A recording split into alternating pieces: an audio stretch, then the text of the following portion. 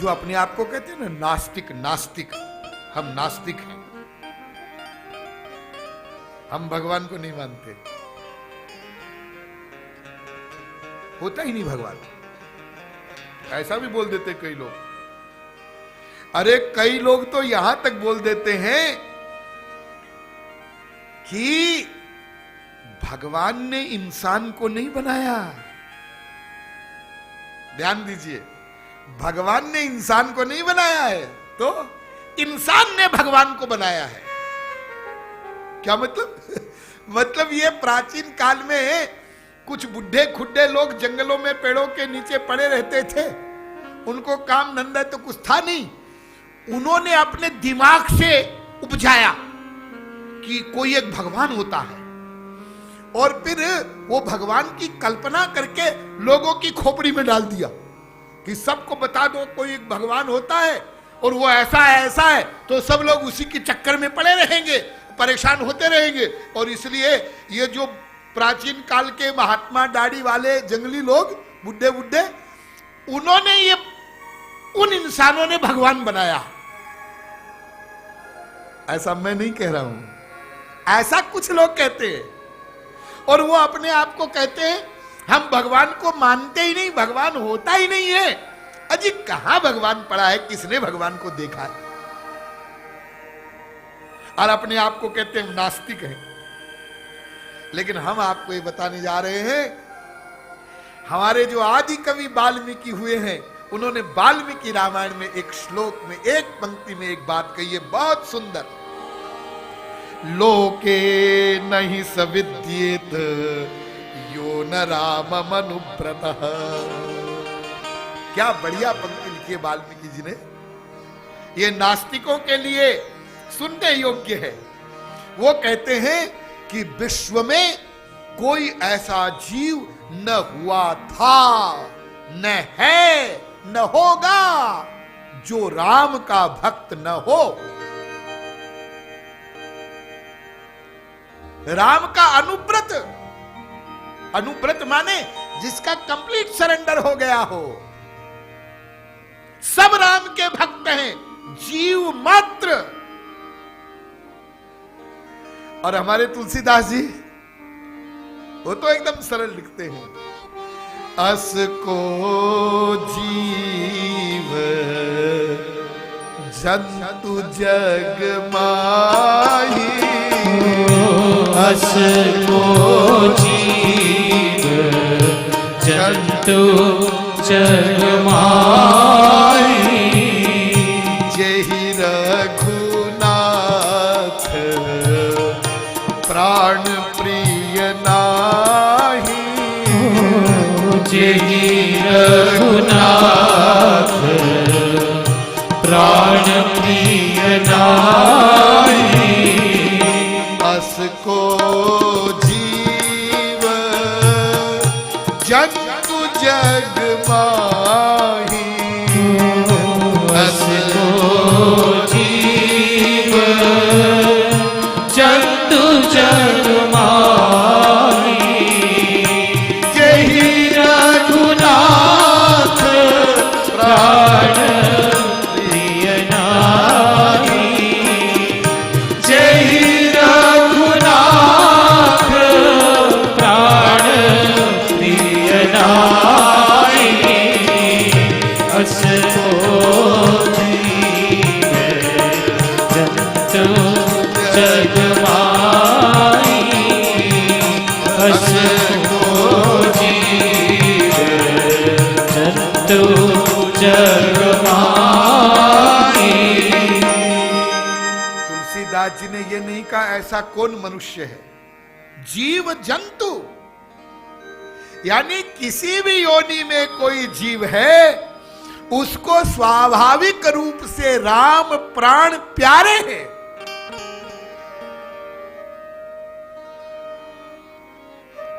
ये इतनी बड़ी बात कैसे कह दी भाई?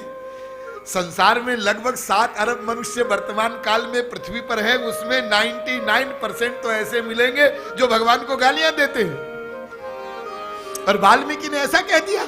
तो कहा ये, और किस आधार पर कहा? और ये जो पंक्ति है ये सारे अध्यात्म का आधार है।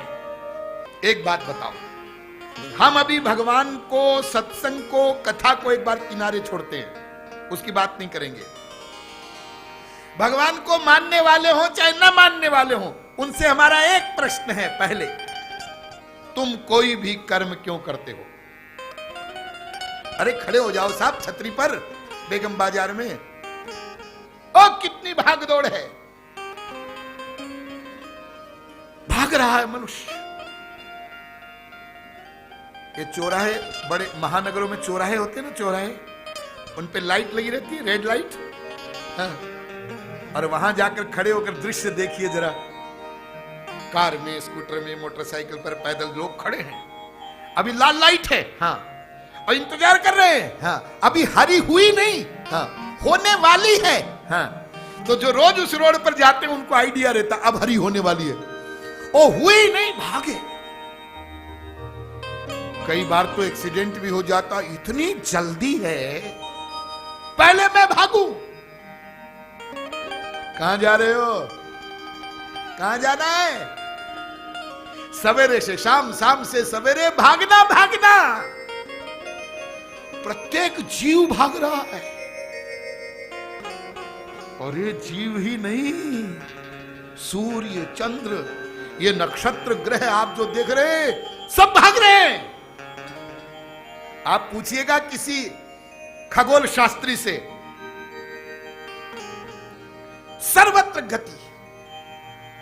और यही नहीं, इलेक्ट्रॉन, प्रोटॉन, न्यूट्रॉन, परमाणु, अणु, सब भाग रहे हैं।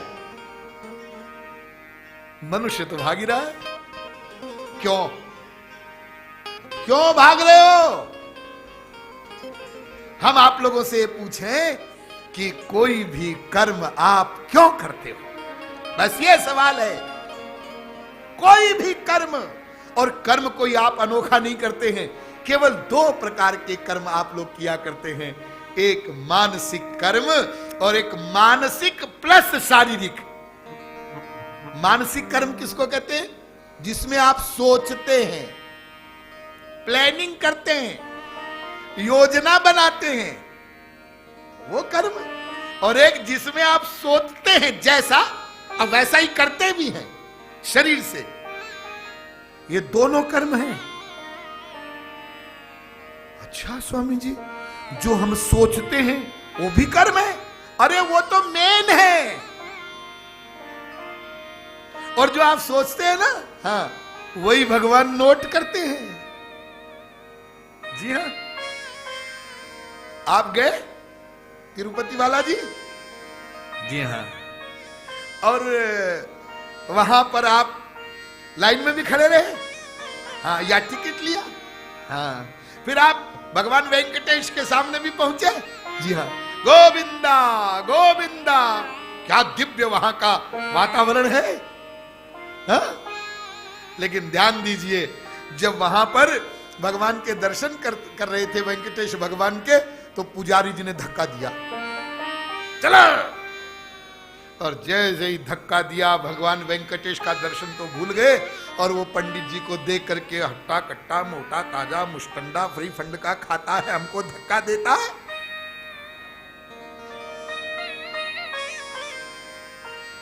ये सोचा?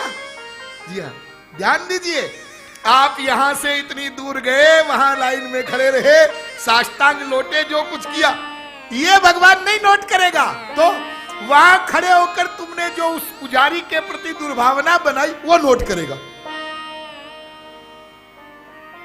इसलिए हमको दर्शनों का लाभ नहीं मिलता। ध्यान दीजिए, जो भगवान के सामने जाकर के भी हम भगवान का दर्शन करते ही नहीं है। ध्यान दीजिए, हम क्या दर्शन करते हैं? कितना सोना है, कितने गहने हैं, कितने हीरे हैं, लड्डू बहुत टेस्टी है, भीड़ बहुत थी, खाना बहुत अच्छा था, रहने की व्यवस्था बहुत अच्छी थी। भगवान कहाँ है इसमें? तुम भगवान के दर्शन करने ही नहीं गए। अच्छा एक बात बताओ, तुम वास्तव में भगवान के दर्शन करने गए थे क्या? गए थे? हाँ। भगवान के दर्शन करने गए थे, हाँ, तो लौट कर क्यों आए? लौट कर काहे को आ गए? लौट के तो, अरे जब भगवान से मिलने गए थे, भगवान वहां खड़े थे, तो लिपट क्यों नहीं गए? समा क्यों नहीं गए उसमें? वापस आने की मन कैसे हो गया तुम्हारा? दर्शन करने गई थी मीरा द्वारिकाधीश के, लौटी नहीं। सुना आपने? लौटी। दर्शन करते थे महाप्रभु जी जगन्नाथ जी के, ध्यान दीजिए। ऐसा वर्णन है महाप्रभु जी के चरित्र में कि जब जगन्नाथ जी के दर्शन करते थे तो उनकी आंखों से ऐसे पानी निकलता था जैसे पिचकारी निकलती है, बहता नहीं था, बरसता था।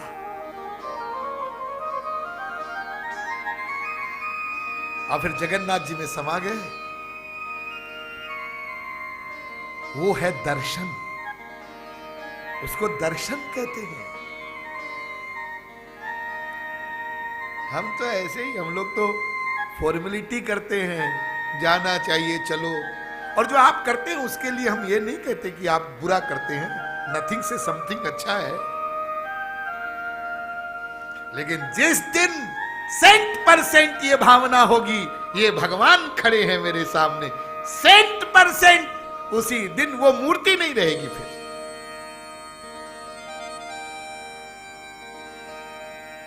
आपने रामचरितमानस में वो प्रसंग सुना है? जय जय गिरिवर राज किशोरी, जय जय गिरिवर राज किशोरी, जय महेश मुख चंदु चकोरी, जय महेश मुख चंद्र चकोरी, ओ जय गज बदन षडानन माता, जय गज वदन षडानन माता, जगत जननी दामिनी द्युति गाता, जगत जननी दामिनी दुतिनाथा, नहीं तब आदि मध्य अवसाना, आदि मध्य अवसाना, अमित प्रभाव वेद नहीं जाना, भव भव विभव पराभव कारिणी, विश्व विमोहिनी स्वस विहारिणी इत्यादि। तो इस प्रसंग में किशोरी जी पार्वती जी का पूजन कर रही हैं, तो उसमें वर्णन है आगे, अब सब नहीं सुनाएंगे। तो पहले तो पार्वती जी की माला खिसकी प्रसाद रूप में, और फिर बाद में मूर्ति मुस्कुराई, मुस्कानी, और फिर बोली, मन जाहिरा चहु मिले हूं सोबर, सहज सुंदर सावरो, करुणा निधान सुजान सिंह, सनेह जानत रावण। बोली, मूर्ति बोलती है, जी हाँ बोलती है। हमसे तो पड़ोसी भी नहीं बोलता है, हमारा तो ये हाल है।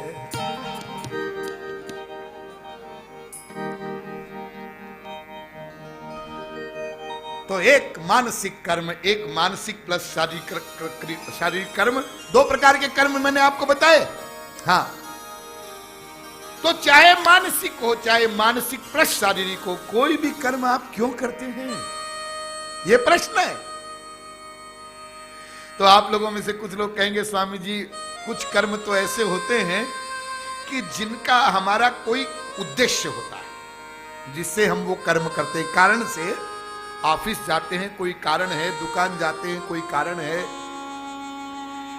लेकिन बहुत सारे कर्म ऐसे भी होते हैं जिनका कोई कारण नहीं होता, ऐसे ही पान की दुकान पर खड़े हैं, गप मार रहे हैं, क्यों, क्या कारण, ऐसे टीवी चल रहा है, हाँ, इधर उधर देख रहे हैं, टीवी चल रहा है, क्या कर रहे हो, आज 31 दिसंबर है, रात में जाग रहे हैं, अरे क्यों कर रहे हो, ऐसे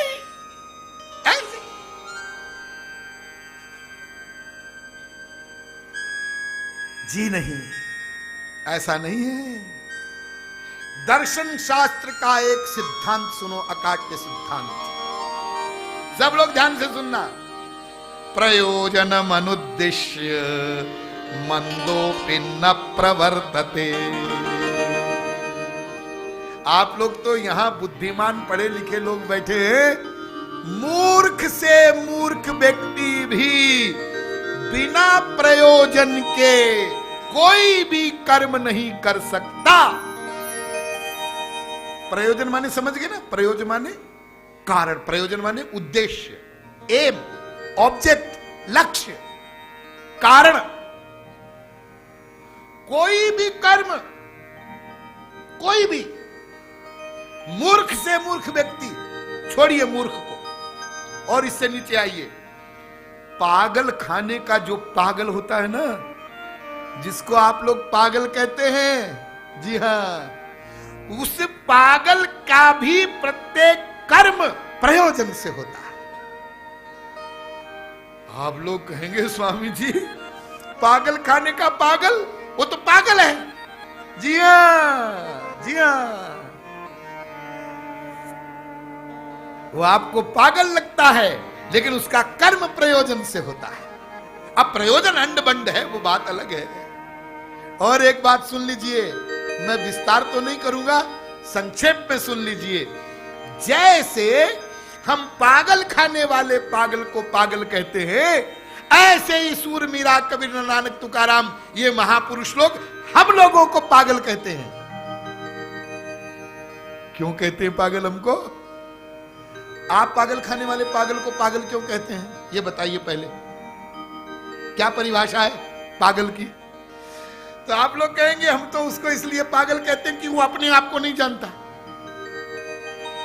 अपनी मां को नहीं पहचानता, अपने बाप को नहीं पहचानता, अपने घर को नहीं पहचानता, अपना अच्छा बुरा नहीं पहचानता, नहीं जानता, इसलिए हम उसको पागल कहते हैं। अच्छा, आप लोग जितने यहां बैठे, मैं आप कोई बुरा नहीं मानिएगा, महाराज जी को प्रणाम करते हुए कह रहे हैं, क्या आप अपने आप को जानते हो? तुम कौन हो?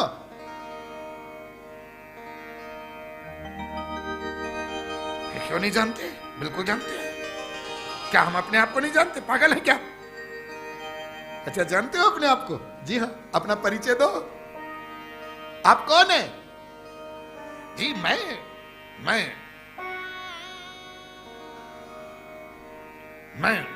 रामगोपाल त्रिपाठी। अरे ये तो आपका नाम है, मैंने नाम थोड़ी पूछा है आपका। आप कौन है? हाँ ये तो मेरा नाम है जी, मैं यहाँ का कमिश्नर हूं। कमिश्नर? अरे ये तो तुम्हारी पोस्ट है, मैं पोस्ट थोड़ी पूछ रहा हूं। तुम कौन हो? अपना परिचय दो ना।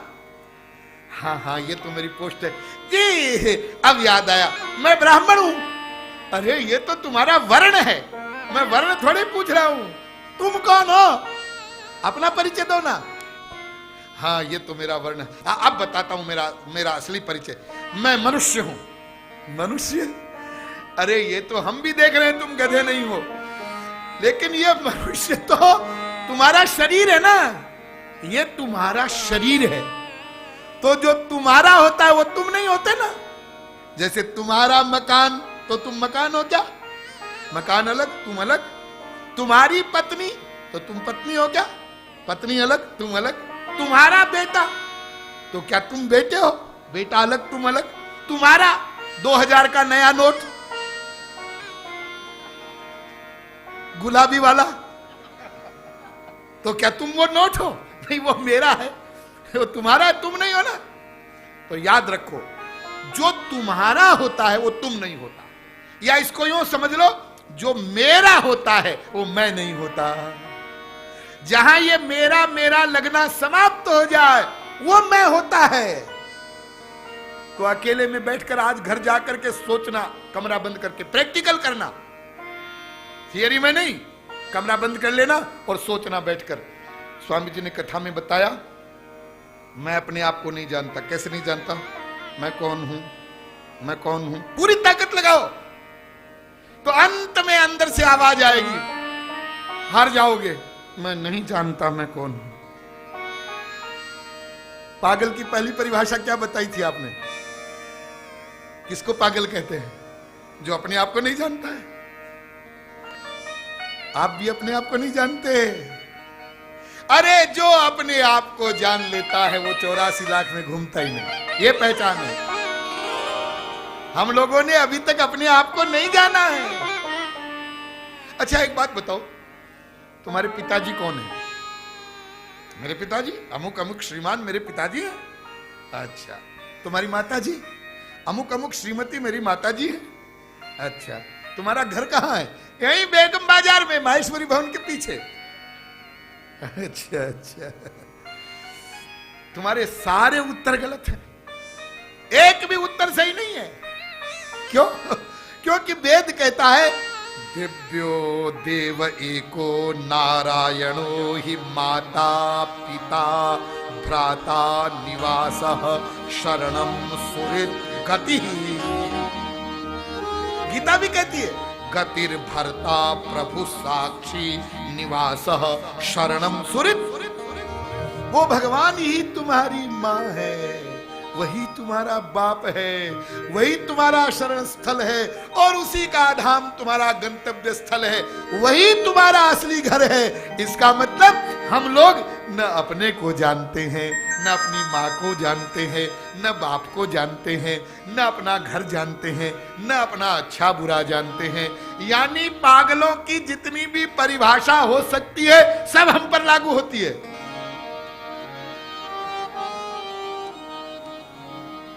हैं तो इतने बड़े पागल लेकिन मानते नहीं अपने को पागल। कोई यदि हमको कह दे, ये तो कथा में आप लोग मुस्कुरा मुस्कुरा के सुन रहे हैं हंस हंस के, लेकिन नॉर्मल स्थिति में आपको कोई कह दे कि शर्मा जी हाँ, आप जरा क्रैक हैं। वैसे तो ठीक है लेकिन जरा क्रैक हैं। और जैसे ही कहा जरा क्रैक है, शर्मा जी ने क्या बोला? दोबारा कहा तो तुम्हारे दांत तोड़ दूंगा। अरे मैंने तो अभी आपको जरा क्रैक कहा है, आप तो फुल मैड है। हाँ? जरा क्रैक कहते ही क्रोध आ गया। और ध्यान दीजिए, आप में से कोई ये न समझे कि हम लोग पागल खाने से बाहर हैं।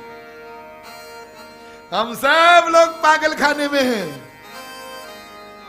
क्यों? माहेश्वरी भवन पागल खाना है क्या?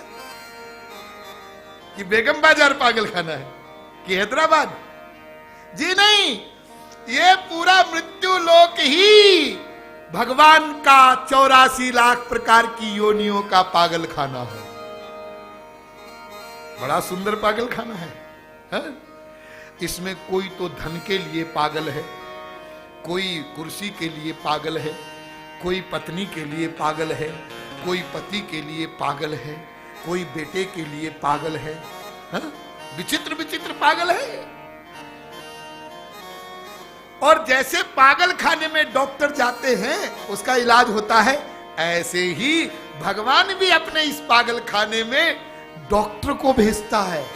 बड़े बड़े डॉक्टर आते हैं, सूरदास जी आते, मीरा जी आती है, नानक जी आते, कबीर जी आते। ये डॉक्टर है, ये हमारे इलाज के लिए आते हैं और हमको बैठाकर समझाते हैं तुम कौन हो, समझो, तुम्हारी माँ कौन है, बाप कौन है, ये समझो। हमारा ट्रीटमेंट करते हैं।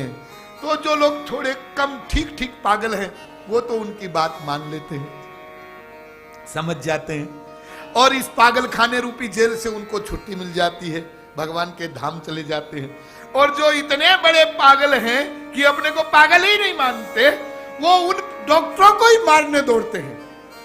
सूरदास जी, मीरा, कबीर, नानक उन्हीं को गालियां देते हैं। तो वो गालियां देने वालों का परिणाम क्या होता है? बताओ आपको क्या परिणाम होता है? दे लो भैया तुम गाली।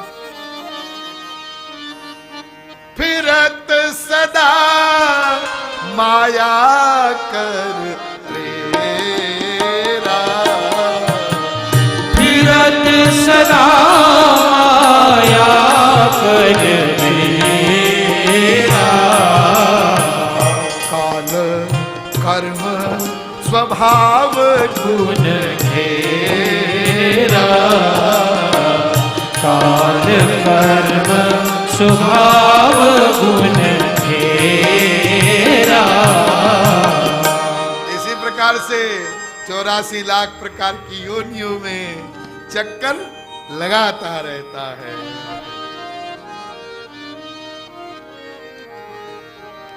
पुनरपि जननम पुनरपि मरणम, पुनरपि जननम पुनरपि मरणम, पुनरपि जननी जठरे शयनम, पुनरपि जननी जठरे शयनम, इह संसारे खलु दुस्तारे, इह संसारे खलु दुस्तारे, कृपया पारे पाहि मुरारे, कृपया पारे पाहि मुरारे, भज गोविंदम भज गोविंदम भज गोविंदम भज गोविंदम, गोविंदम भज मूढ़मते, गोविंदम भज मूढ़मते, भज गोविंदम भज गोविंदम भज गोविंदम भज गोविंदम।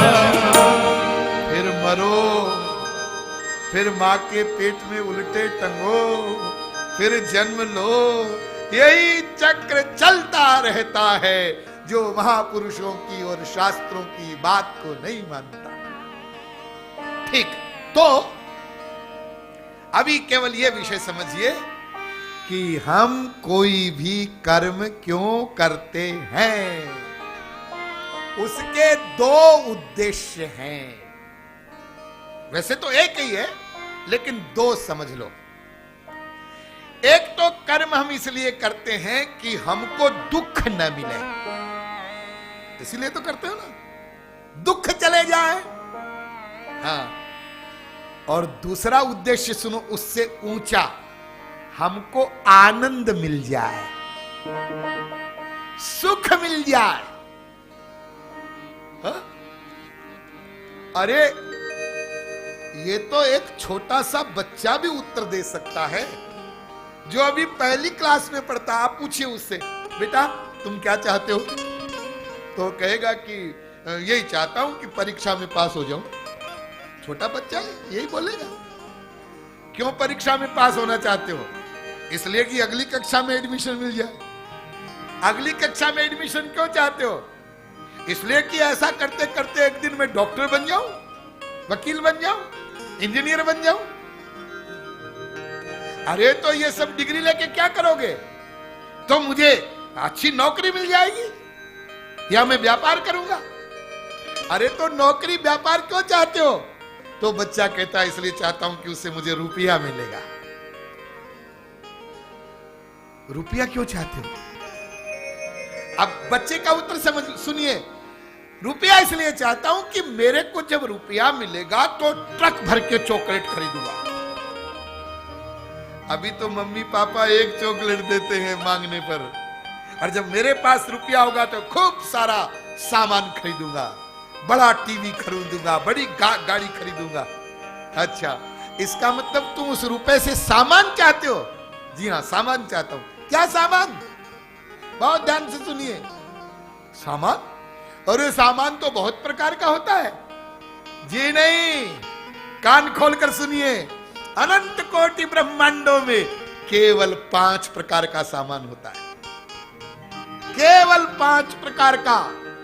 छठे प्रकार का कोई सामान नहीं है, और छठे प्रकार का कोई सामान को ग्रहण करने का उपकरण नहीं है। क्या है वो 5 प्रकार के सामान? कुछ सामान देखने के होते हैं, देखने के। कुछ सामान सुनने के होते हैं, कुछ सामान सूंघने के होते हैं, कुछ सामान रस लेने के होते हैं, और कुछ सामान स्पर्श करने के होते हैं।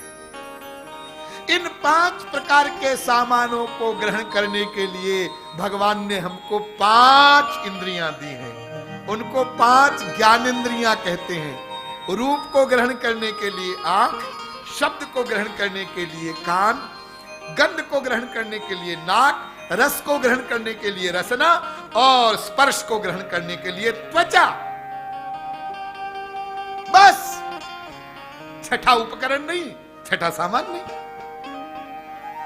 इन्हीं 5 इंद्रियों को तृप्त करने के लिए हम उस रुपए से बड़ा, अधिक से अधिक सामान इकट्ठा करना चाहते हैं। अब आप उस बच्चे से पूछिए, तुम ये सब सामान क्यों चाहते हो? तो भोला बच्चा वो कहता है, ये तो मुझे पता नहीं अंकल जी, लेकिन वो सब सामान मेरे पास होगा तो उससे मुझे मजा आएगा, मजा, एंजॉय करूंगा, आनंद मिलेगा, सुख मिलेगा, ब्लिस, हैप्पीनेस। अच्छा बेटा, तो तुम आनंद चाहते हो, सुख चाहते हो? जी हाँ। और उस आनंद के लिए तुम ये सब सामान चाहते हो। स्त्री, पति, बाप, बेटा, रसगुल्ला, मकान, दुकान, सब ये जो भी सामान चाहते हो, तुम किस लिए चाहते हो? आनंद के लिए, सुख मिल जाए। और रुपया क्यों चाहते हो? सामान के लिए। हाँ, और रुपए के लिए तुम बिजनेस करते हो, नौकरी करते हो। जी हाँ, और उस नौकरी के लिए तुम पढ़ते हो, योग्यता प्राप्त करते हो। जी हाँ, यानी जो कुछ भी कर्म तुम करते हो, उस कर्म का एक उद्देश्य है, सुख पाना, आनंद पाना। तुम पत्नी नहीं चाहते हो। ध्यान, इधर वाले ध्यान से सुने, पुरुष वर्ग वाले जिनका विवाह हो गया, तुम पप्पू की मम्मी को नहीं चाहते हो, तो पप्पू की मम्मी से आनंद चाहते हो। और पप्पू की मम्मियां सुने, तुम पप्पू के पापा को नहीं चाहते हो, तो पप्पू के पापा से सुख चाहते हो। इसी प्रकार सबसे समझ लेना, सब सामग्री से हम सुखी होना चाहते हैं। तो गोल क्या हुआ? अल्टीमेट गोल क्या हुआ? हम आनंद चाहते हैं। जी हाँ, कोई भी क्रिया। अच्छा, एक बात और समझो, ये जो हम लोग सुख चाहते हैं ना, हाँ, ये नेचुरल है सब जीवों में। आप विश्व में कोई ऐसा जीव ढूंढ कर नहीं ला सकते, न हुआ था, न है, न होगा आगे भी, जो सुख के विरुद्ध, आनंद के विरुद्ध दुख चाहता हो। है कोई ऐसा जो दुख चाहता हो? अरे चींटी, चींटी जिसको आप ज्ञानहीन कहते हैं, उसको आप तिनका लेकर के कष्ट पहुंचाओ तो उसका विरोध करते हैं। चींटी से लेकर ब्रह्मा तक सब आनंद चाहते हैं। और हम लोगों को किसी ने सिखाया नहीं है, किसी ने हमको पढ़ाया नहीं है। आपको याद है क्या, जब से पैदा हुए तब से लेकर के अब तक, क्या आपने किसी को यह सिखाया? अरे बहुत सारी बातें आपको सिखाई, माँ ने, बाप ने, भाई ने, पड़ोसियों ने, दूसरे लोगों ने। देखो बेटा, सच बोलते हैं, देखो बेटा झूठ नहीं बोलना, देखो बेटा चोरी नहीं करना, ये सब सिखाया गया। हाँ, ऐसे ही आपको याद आता है क्या, आपको किसी ने ये सिखाया कभी, देखो बेटा आनंद ही चाहना, दुख नहीं चाहना? नहीं, ये तो किसी ने नहीं सिखाया, नहीं सिखाया ना। अब फिर भी आनंद चाहते हैं अपने आप। जी हाँ, तो क्यों जी, बिना सिखाए इतना बड़ा ज्ञान हमारे भीतर कैसे आ गया? अरे बिना सिखाए तो हमने का भी नहीं सीखा। का, अरे छोड़ो का को, बिना सिखाए हजारों बार इशारा किए हमने अपनी मां को नहीं पहचाना, अपने बाप को नहीं पहचाना। आप देखिए छोटे बच्चों को मां सिखाती है ना, पप्पू, हाँ देखो तुम्हारे पापा जा रहे हैं ऑफिस, हाँ अपने पापा को टाटा करो, सिखाती है ना माताएं छोटे बच्चे को। और बच्चा बेचारा कुछ जानता नहीं, क्या पापा क्या टाटा। तो पापा जा रहे हैं और मम्मी लिए खड़ी है गोद में और कहती है टाटा कर। अब वो इधर देखता है दूसरी तरफ, तो उसके गाल को हाथ लगा के पापा की तरफ करती है माँ, उधर देख पापा की तरफ, वो तेरे पापा हैं। अब फिर अक्सर माताएं ऐसा करती है, उसके हाथ को पकड़ के हिलाती है, कर टाटा। ऐसे ही होता ना। अब ध्यान दीजिए, जब कई दिनों तक, महीनों उसके हाथ को मां जबरदस्ती हिलाती है, तब वो बच्चा ये समझने लग जाता है कि ये आदमी जाता है तो ये जबरदस्ती मेरे हाथ को हिलाती है, तो चलो मैं ही हिला दूं। तो जिस दिन बच्चा पहली बार अपने आप हाथ हिलाता है, बड़ी खुश होती है मम्मी, आज हमारे पप्पू ने अपने पापा को टाटा किया। वो पापा ऑफिस जाने वाले वापस लौट के आते हैं, आज मेरे पप्पू ने मेरे को टाटा किया, आकर के उसको चिपटाते हैं। अभी उसको पता नहीं पापा क्या होता है। तो हजारों बार इशारा किए बिना अपने बाप को हमने नहीं पहचाना, अपनी मां को हमने नहीं पहचाना, फिर हमको आनंद ही चाहिए, दुख नहीं चाहिए, ये हम कैसे जान गए? और एक बात सुनिए, इससे भी आगे रहस्य की, अरे सिखाना विखाना छोड़ो जी, हम तो जब पैदा हुए थे ना, पैदा, हाँ, और मां के गर्भ से बाहर आए, तो बाहर आते ही हमने नारा लगा दिया, दुख मत दो, हमें आनंद चाहिए, आनंद दे दो।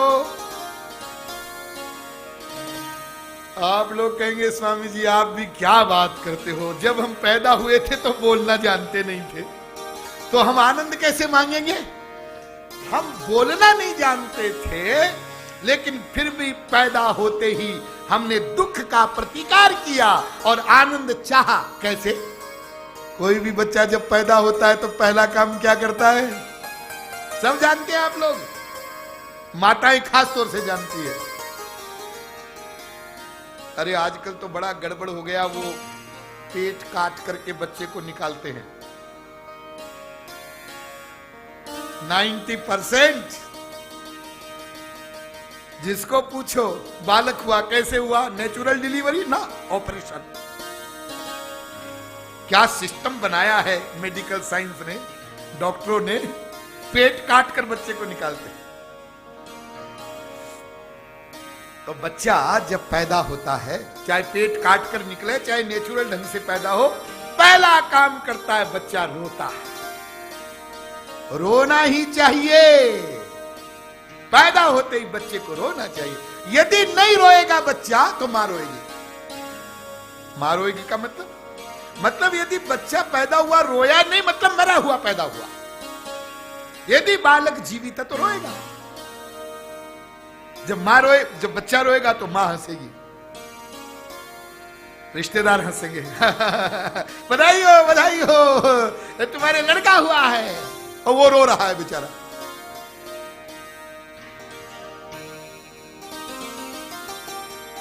भगवान भी जब लीला प्रारंभ करते हैं ना, तो यहीं से प्रारंभ करते हैं।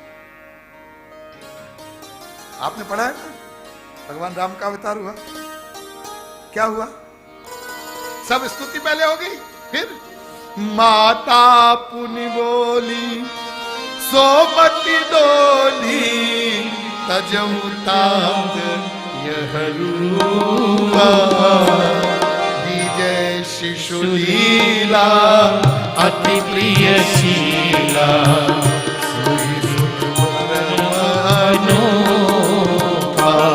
सुनि बचन सुजाना रोदन ठाना वही बालक सुर भूपा यही चरित गावई हरिपद पद पावही तेज परहि भवकूपा भगत कृपाला दीन दयाला कौशल्या हितकारी हर्षित महतारी मुनि मनहारी अद्भुत रूप विचारी नयन विशाला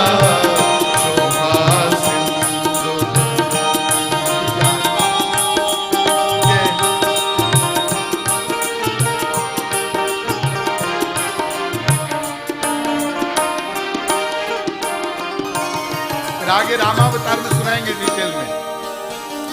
लेकिन जब माता ये बोली अब शिशु लीला करो, माता पुनि बोली तो होई बालक सुर भूपा, वो बालक बन गए। वही रूप निज आयुध भुजचारी वाला। अब लीला करने को कहा है मां ने, कहां से शुरू करें? जहां से सब बालक शुरू करते हैं वहां से शुरू करो। देखिए कितना बड़ा रहस्य और कितनी बड़ी मर्यादा। जो संसारी बालक करता है पहला कार्य वही भगवान ने किया, रोदन ठाना, रोए। तो ये बालक जब पैदा होता है क्यों रोता है? सुनिए ध्यान से, आनंद के लिए रोता है। और वो जो रुदन करता है ना, हाँ, उस रोने में, उस क्रिया में उसको आनंद मिलता है। रोने में आनंद है। अरे साहब, हम तो संसार में किसी को रोता हुआ देखते हैं तो मुंह बनाकर पूछते हैं उससे, क्या बात है भाई, तुमको क्या आफत है, क्या विपत्ति आ गई है? और जब किसी को हंसते हुए देखते हैं तब हम समझते हैं कि इसको आनंद मिल रहा है। तब पूछते हैं, अरे भाई क्या बात है, आज तो बहुत हंस रहे हो, कोई लॉटरी वॉटरी लगी है क्या? ये हमारा ज्ञान है। हम समझते हैं रोने में दुख मिलता है, हंसने में आनंद मिलता है उल्टा। रोने में भी आनंद मिलता है और हंसने में भी आनंद मिलता है, दोनों में। क्रियाएं विरोधी, बहुत ध्यान से सुनिए, क्रियाएं विरोधी, खोज आनंद की। कैसे समझें इसको? इसको ऐसे समझिए, एक व्यक्ति बहुत जोर से रो रहा है, दाढ़ मार के, फूट फूट के। उससे पूछा, भाई क्या बात है, तुम क्यों ऐसे रो रहे हो? क्या करूं साहब, मेरे पिताजी मर गए। ओह, पिताजी मर गए, ये बात है, तब तो ठीक है ये। लेकिन फिर भी इतनी जोर से रो रहे हो? क्या हुआ, मैं जब पिताजी के दाह संस्कार के लिए गया, अब पीछे से मेरा घर लूट गया। घर लूट गया? हाँ, अरे घर लूट गया, इतना ही नहीं हुआ, जो लुटेरे आए थे उन्होंने मेरी पत्नी को भी मार डाला।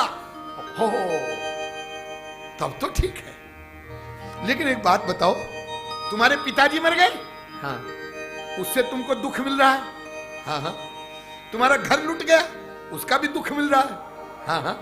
तुम्हारी पत्नी मर गई, उसका भी दुख मिल रहा है? हाँ हाँ। तो तुम्हारी खोपड़ी पर इस समय तीन दुख हैं, तीन दुखों से तुम ग्रस्त हो। हाँ, तो ये रोने वाला चौथा दुख क्यों मोल ले रहे हो?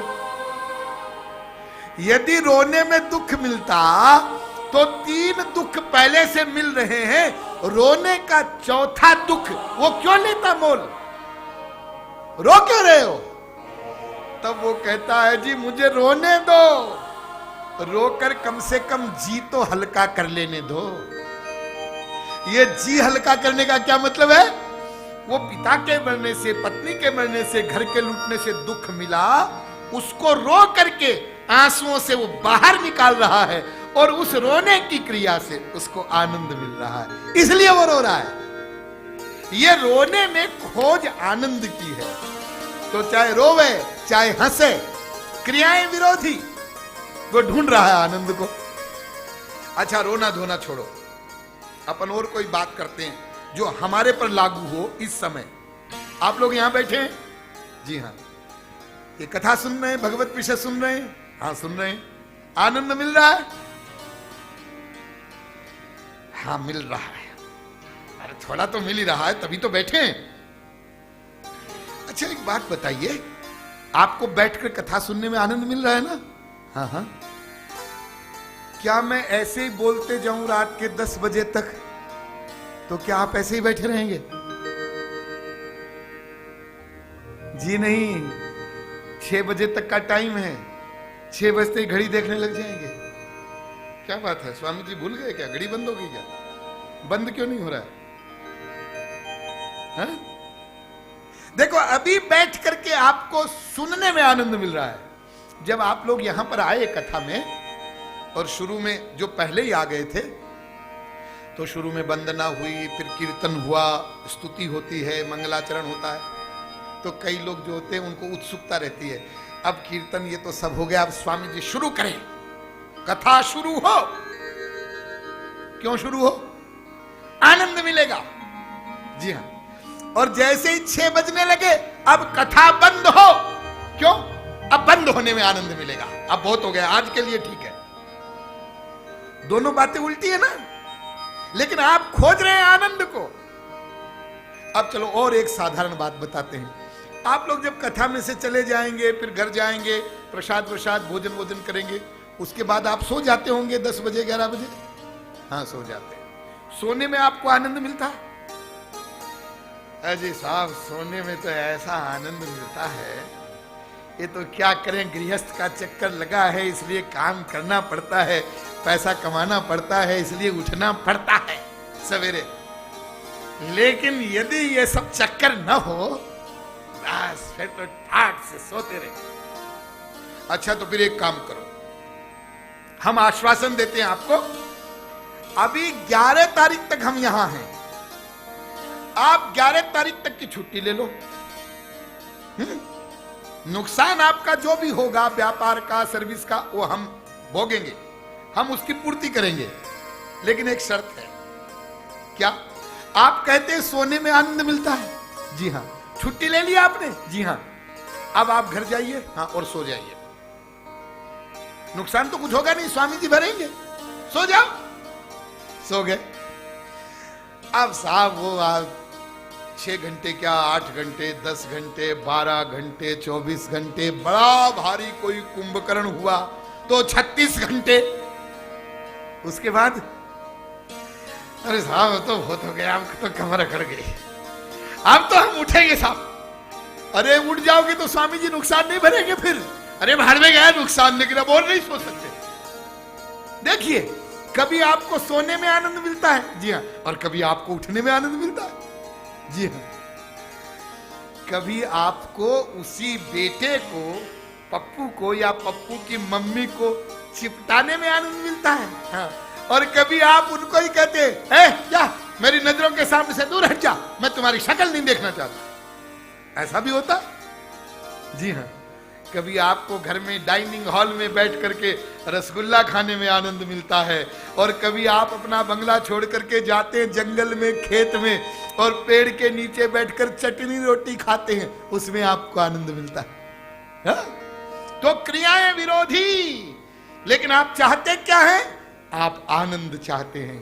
तो अब आप लोग समझ गए हम क्या चाहते हैं? हम सुख चाहते हैं, हम आनंद चाहते हैं, और उसके लिए विश्व का प्रत्येक जीव बिना किसी के सिखाए पढ़ाए प्रतिक्षण कर्मशील रहता।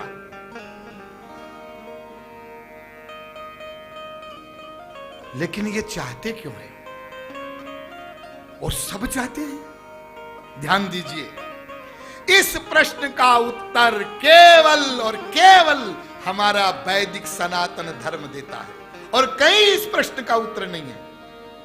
विश्व का प्रत्येक जीव बिना किसी के सिखाए पढ़ाए आनंद ही क्यों चाहता है, इसका उत्तर दिया है वेदों ने, पुराणों ने, गीता ने, रामायण ने।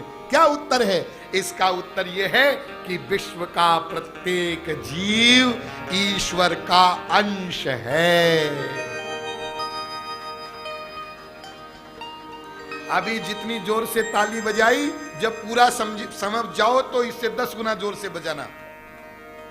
प्रत्येक जीव ईश्वर का अंश है। चिन्मात्रम श्री हरेरंशम, वेद कह रहा है। अंशो नाना व्यपदेशात, वेदांत कह रहा है। ममैवांशो जीवलोके जीवभूतः सनातनः, गीता कह रही है। और हमारे बाबा जी भी कह रहे हैं, ईश्वर अंश जीव अविनाशी, ईश्वर अंश जीव अविनाशी,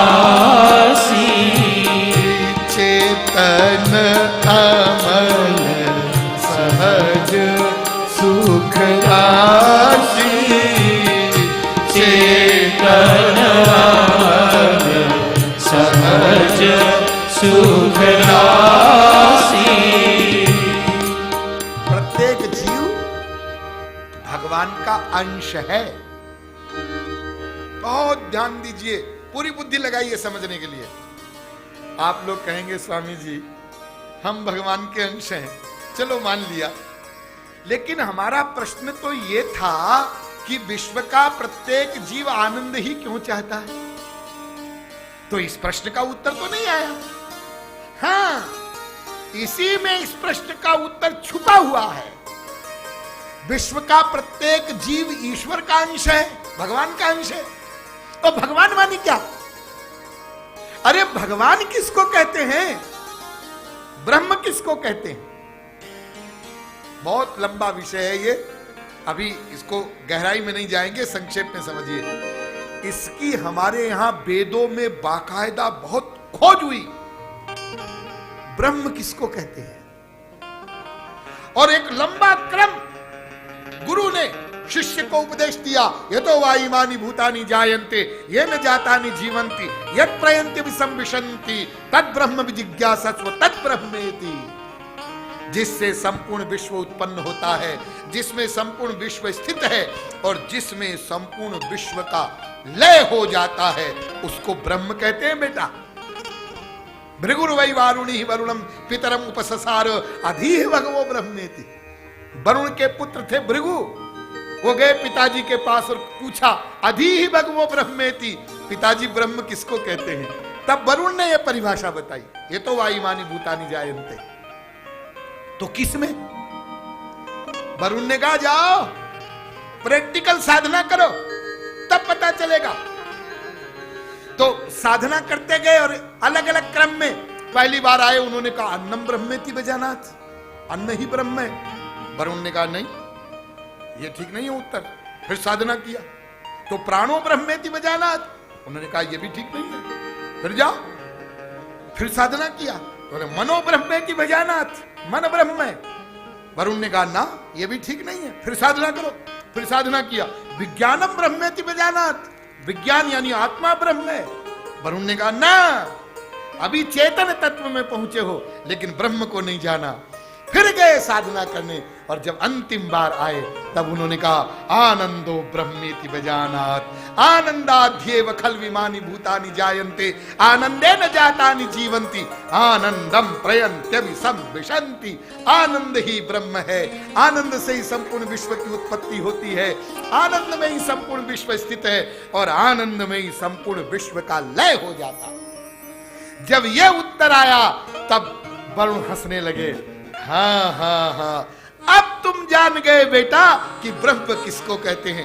ब्रह्म माने अनंत मात्रा का आनंद। सत्यम विज्ञानम आनंदम ब्रह्म, वेद कहता है वो आनंद है। भगवान क्या है? वो आनंद है। यदेश आकाश आनंदो न स्यात्, फिर वेद कहता है वो आनंद है। आनंदमयम आत्मानम उप संक्रामति, फिर वेद कहता है वो आनंद है। आनंदमयो अभ्यासात, वेदांत कहता है वो आनंद है। और रामचरितमानस भी कहती है, हम वेद से लेकर के रामायण तक आपको लाएंगे। आनंद सिंधु मध्य तव वासा, आनंद सिंधु मध्य तव वासा, बिनु जाने कत मरत पियासा, बिनु जाने कत मरत पियासा। ये संसार क्या है? ध्यान दीजिए। मत्तः परतरम नान्यत् किंचिदस्ति धनंजय। भगवान कहते हैं साहब मैं हूं, मेरे से परे कुछ नहीं है, सब कुछ मैं हूं। सर्वं खलविदं ब्रह्म, तो सब ब्रह्म है, जी हाँ। और वो ब्रह्म आनंद है, जी हाँ। और उस आनंद में ही हम रहते हैं। गजब हो गया। आनंद सिंधु मध्य तव वासा, तुम आनंद सिंधु में रहते हो लेकिन जानते नहीं हो। इसलिए जल बिच मीन पियासी, वही सुनी सुनी आवत हासी। ये हालत है हम लोगों की। कहां बैठे हो? भगवान पर। क्या देख रहे हो? भगवान को। क्या सुन रहे हो? भगवान को। क्या सूंघ रहे हो? भगवान को। क्या खा रहे हो? भगवान को। क्या स्पर्श कर रहे हो? भगवान को। सब भगवान भगवान भगवान। ऐ तदात्मविदग्वम सर्वम, भगवान में हम हैं, हम में भगवान है, लेकिन उसका अनुभव नहीं होता। क्यों? जानते नहीं हो, जानते नहीं हो, मानते नहीं हो। और इसलिए एक सुंदर वेद मंत्र है, बहुत सुंदर, हमें बहुत पसंद है। अस्तित्वोपलब्धस्य तत्व भाव प्रसिद्धति। इस वेद मंत्र को याद करिए। वेद कहता है कोई जान ले, मान ले, क्या? अस्तित्व, भगवान है, कुछ नहीं करना है, भगवान है ये मान ले। मानते ही उसको भगवत प्राप्ति हो जाएगी, मानते ही। ये कथा सुनना, ये प्रवचन सुनना, ये राम नाम जपना, ये सारा इसलिए है कि वो मानना हो जाए। वो ठीक ठीक मानना हो नहीं रहा है। अब देखो दूसरे ढंग से समझो। नामकरण संस्कार का प्रसंग रामायण में आपने सुना है ना? वशिष्ठ जी की दृष्टि गई, तीनों रानियां बैठी हैं, महाराज दशरथ बैठे हैं, हाँ। और राम पर दृष्टि गई, नामकरण करना चाहते हैं, तो क्या कहते हैं? जो आनंद सिंधु सुख राशि, जो आनंद सिंधु सुख राशि, करते। राजस्थान में गांव, एक शहर है, उसका नाम है सीकर। आपने सुना होगा ना? सीकर जिला है और हमारा जन्म स्थान भी उसी जिले में है, शेखावाटी में, फतेहपुर शेखावाटी। तो सीकर माने क्या होता है? छोटा सा, छोटी सी बिंदु। तो वशिष्ठ जी ने जब देखा भगवान राम को बाल रूप में, तो कहते हैं अरे ये तो आनंद सिंधु है, आनंद का सिंधु। इतना कहने पर भी संतोष नहीं हुआ, तो फिर आगे और बोले विशेषण, क्या? सुख राशि, सुख की राशि है। और ये केवल स्वयं ही आनंद सिंधु नहीं है, तो ये दूसरों को भी आनंद देता है। सीकर से, उसकी छोटी सी एक बूंद से त्रैलोक्य आनंदित हो जाता है। ऐसा आनंद सिंधु है। इतना कहने पर भी संतोष नहीं हुआ तो आगे की चौपाई में लिखते हैं, सो सुख धाम राम नामा, सो सुख धाम राम नामा, अखिल लोक दायक विश्रामा, अखिल लोक दायक विश्रामा। चाहे वो, अब निष्कर्ष सुनिए, चाहे वो निर्गुण निराकार रूप में हो, चाहे सगुण साकार बनकर आवे, वो आनंद ही आनंद है। इसलिए राम का जो रूप है वो क्या है? वो मूर्तिमान आनंद है। श्री कृष्ण का जो रूप है वो क्या है? वो आनंद ही कृष्ण बने हुए हैं। इसलिए श्री कृष्ण के रोम रोम से आनंद ही आनंद टपकता है, रस ही रस टपकता है। इसलिए भगवान का कोई भी रूप हो, कोई भी अवतार हो, वो आनंद ही आनंद देने वाला होता है। इसलिए मधुराधिपते रखिलम मधुरम अधरम मधुरम वदनम मधुरम, सब कुछ मधुर मधुर मधुर। तो अब आप लोग भली प्रकार समझ गए कि भगवान में आनंद होता है, ऐसा नहीं है। भगवान में आनंद नहीं, भगवान आनंद ही है। यानी दोनों पर्यायवाची शब्द हैं। जैसे आप बोलते हैं पानी, और पानी को ही आप बोलते हैं जल, और उसी को आप बोलते हैं नीर, उसी को बोलते हैं तोय, उसी को बोलते हैं अम्बू, उसी को अंग्रेजी में बोलते हैं वाटर। एक ही वस्तु को आप अनेक नाम से पुकारते हैं, उसको पर्यायवाची शब्द बोलते हैं। ऐसे ही कहो ब्रह्म, ठीक है, कहो ईश्वर, ठीक है, कहो परमात्मा, ठीक है, कहो भगवान, ठीक है, और कहो आनंद, वही बात है। इसीलिए आप लोगों ने एक नाम सुना है भगवान का, सच्चिदानंद। आगे कथा में महात्म्य में पहला श्लोक ही है ये, सच्चिदानंद रूपाय। कल आपको सुनाएंगे। तो अब आप लोग भली प्रकार समझ गए कि ईश्वर माने आनंद और उसका हम अंश है जीवात्मा। लेकिन स्वामी जी हमारे प्रश्न का उत्तर नहीं आया, हम आनंद क्यों चाहते हैं? हमारा प्रश्न ये है। हाँ, अब सुनो उत्तर। चूंकि हम आनंद ब्रह्म के अंश हैं, इसीलिए हम आनंद को चाहते हैं। क्यों? पूरी बुद्धि लगाइए। क्यों? क्यों? इसलिए क्योंकि यह एक नेचुरल नियम है, स्वाभाविक नियम है। जो जिसका अंश होता है वो अपने अंशी को चाहता है। कैसे? ऐसे ऐसे समझिए, जैसे मेरे हाथ में ये मिट्टी का ढेला है, समझ गए? ये किसका अंश है? पृथ्वी का। हाँ हाँ। तो इस मिट्टी के ढेले का पृथ्वी से नेचुरल प्यार है। आप छोड़ो, अपने आप मिलेगा। अरे ये मिट्टी है, ये दिखता है, ऐसा दिखता है मिट्टी है। कपास पैदा हुआ, पौधा, उसमें रुई आई, तो वो मिट्टी का ही हिस्सा हो गया ना। तो मिट्टी का ढेला पृथ्वी का अंश है, तो नेचुरल प्यार है, स्वाभाविक। आप केवल छोड़िए, अपने आप मिलेगा, करना कुछ नहीं है। आप लोग देखते हैं जल नदी का, गंगा, जमुना, कृष्णा, कावेरी, हाँ, ये जल किसका अंश है? समुद्र का। वो समुद्र से पानी उठा, बादल के रूप में आया, वर्षा, या पहाड़ पर जाकर जमा हो गया बर्फ के रूप में, हाँ, वही जल आ रहा है। हाँ हाँ। तो उस जल का अपने अंशी समुद्र से नेचुरल प्यार है।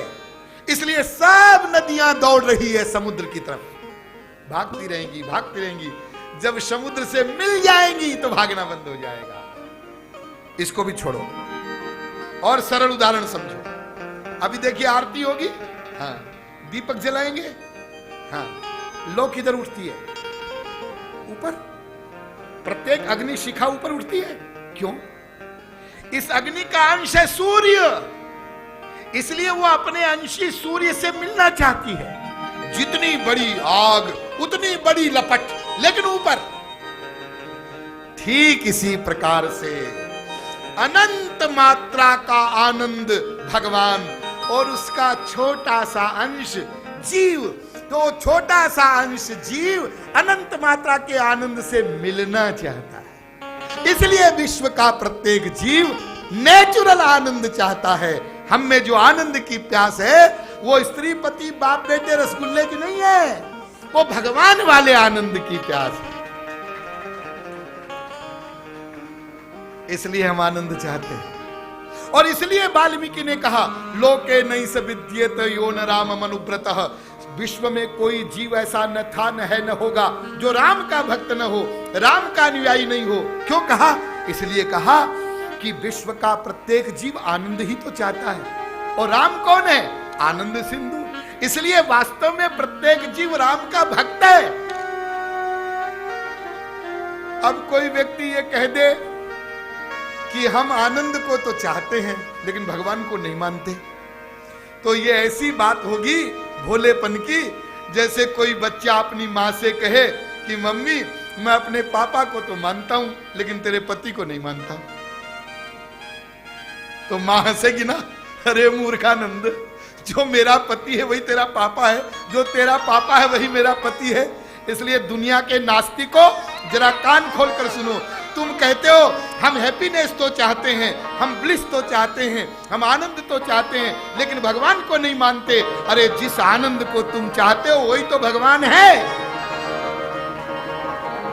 इसलिए कान खोल कर सुने, जब तक भगवान नहीं मिलेंगे तब तक आनंद नहीं मिलेगा, वास्तविक सुख नहीं मिलेगा, शांति नहीं मिलेगी।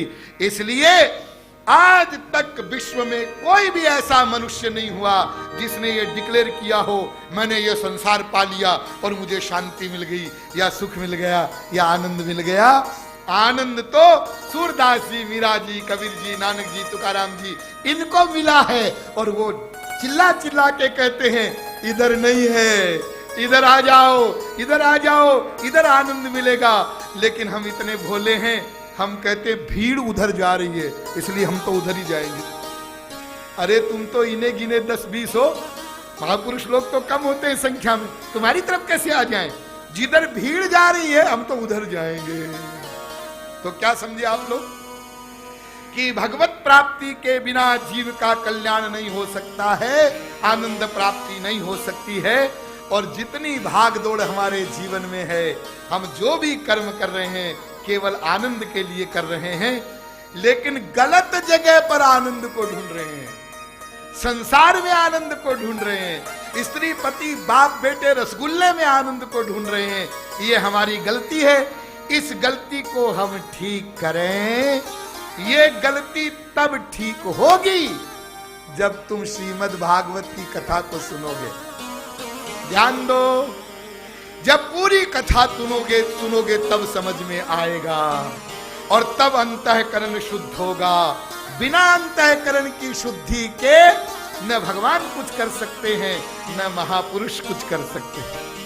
अरे रामायण में आपने पढ़ा ना, निर्मल मन जल सो मोहि पावा, निर्मल मन जल सो मोहि पावा, मोहि कपट छल छिद्र न भावा, मोहि कपट छल छिद्र न भावा।